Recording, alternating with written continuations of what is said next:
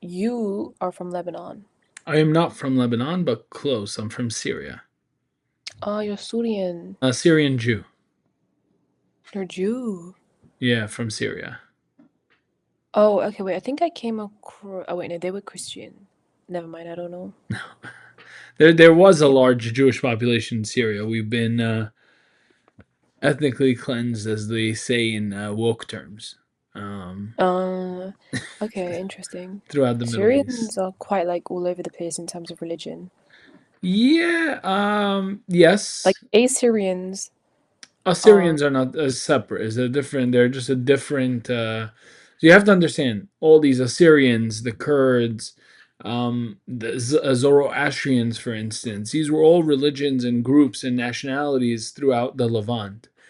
When Mm, the Islamic conquest came in the 7th century and colonized these lands, Israel, Jerusalem, Syria, Iraq, Jordan, etc., the first thing a colonizing army or colonizing nation does is enforce its religion and its identity on the people they're colonizing, and that's why you don't really find as many Assyrians or as many Moabites or these distinct minority groups in the Middle East, because after 1,000, 2,000 years of colonization and subjugation and mm-hmm. discrimination, many of those groups did not last and actually folded Um, in with Islam, and that's why they just wait, call so are themselves you Arab. saying like all of these Levant countries, are they originally not even Islamic? They're not Islamic and they're not Arab. No, that's not true. That is true.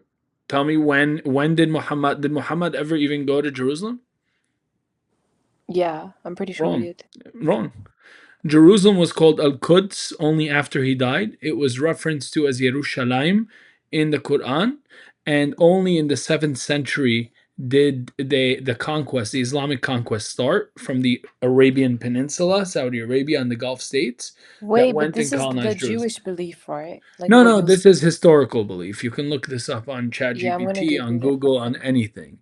The Islamic conquest of the 7th century started in 634. Islamic conquest of what? The 7th century. It So what started in was the it year before the seventh? 634 the year 634 AD. What was it before the 7th century then? It was ruled by Christians.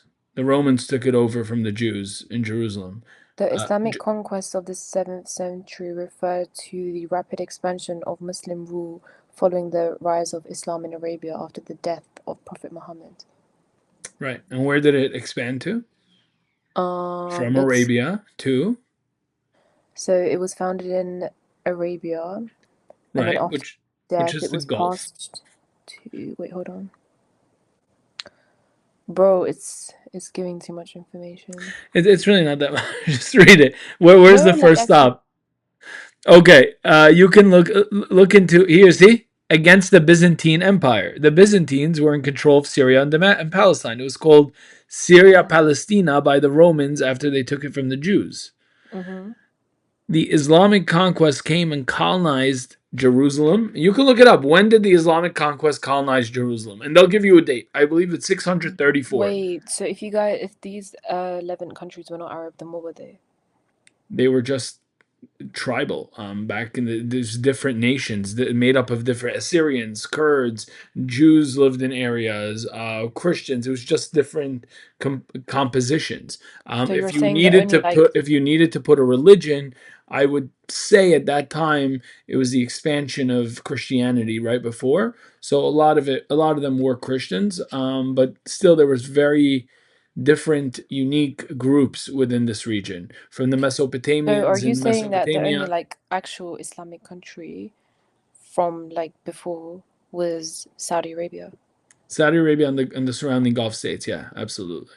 What about like the UAE and Yeah, those are the Gulf states, though. This the Oh, okay. Emiratis. Yeah, and but the Oh. Saudi, like if you look at one of the battles Muhammad fought, it was the Battle of Khaybar, which was in Medina. Mm-hmm. That town was also not like it wasn't. You have to understand, Islam was born in this region. It didn't, it wasn't always there until it became there, right? Okay. The Battle of Khaybar, it was the Jews in a town right by Medina, in which Muhammad conquered.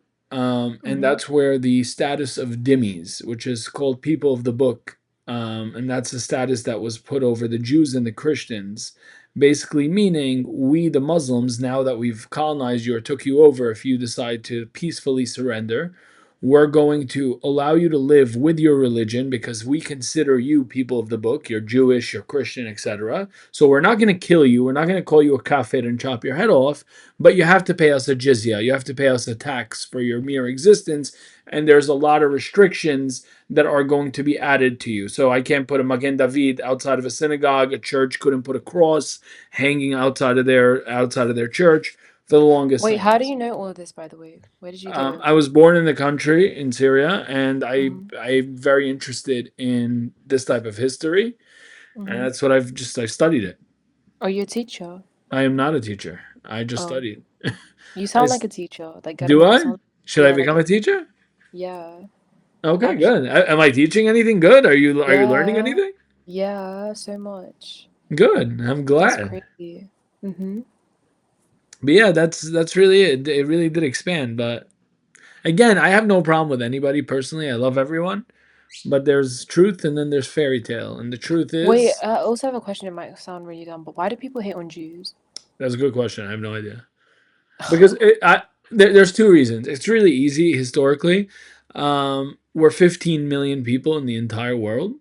Okay. So if you were ever trying to distract somebody for your ill causes or ill desires, you need to create a common enemy. There needs to be a unification. So Mm-hmm. you're seeing in the West, and this has been warned by countries from the UAE. The foreign minister of the UAE basically said the West has imported all the extremists of Islam. Like they are making believe they understand Islam better than the Muslim countries themselves. Like Al Yeah, Jazeera. but no, no, like they can.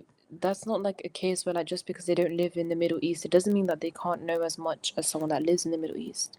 No, no, I'm with you, but I'm telling you what I'm not saying this. The foreign minister of the UAE was on Oh, okay. television and said, "We have," and this is years ago, "we have Mm-hmm. warned the Western countries that they are taking in these extremists, they're tolerating them, they're appeasing to them too much." Saudi Arabia, for instance, if you knew, bans Saudi Arabia and the UAE, I believe. I'm not sure about the UAE, but I know Saudi Arabia 100%.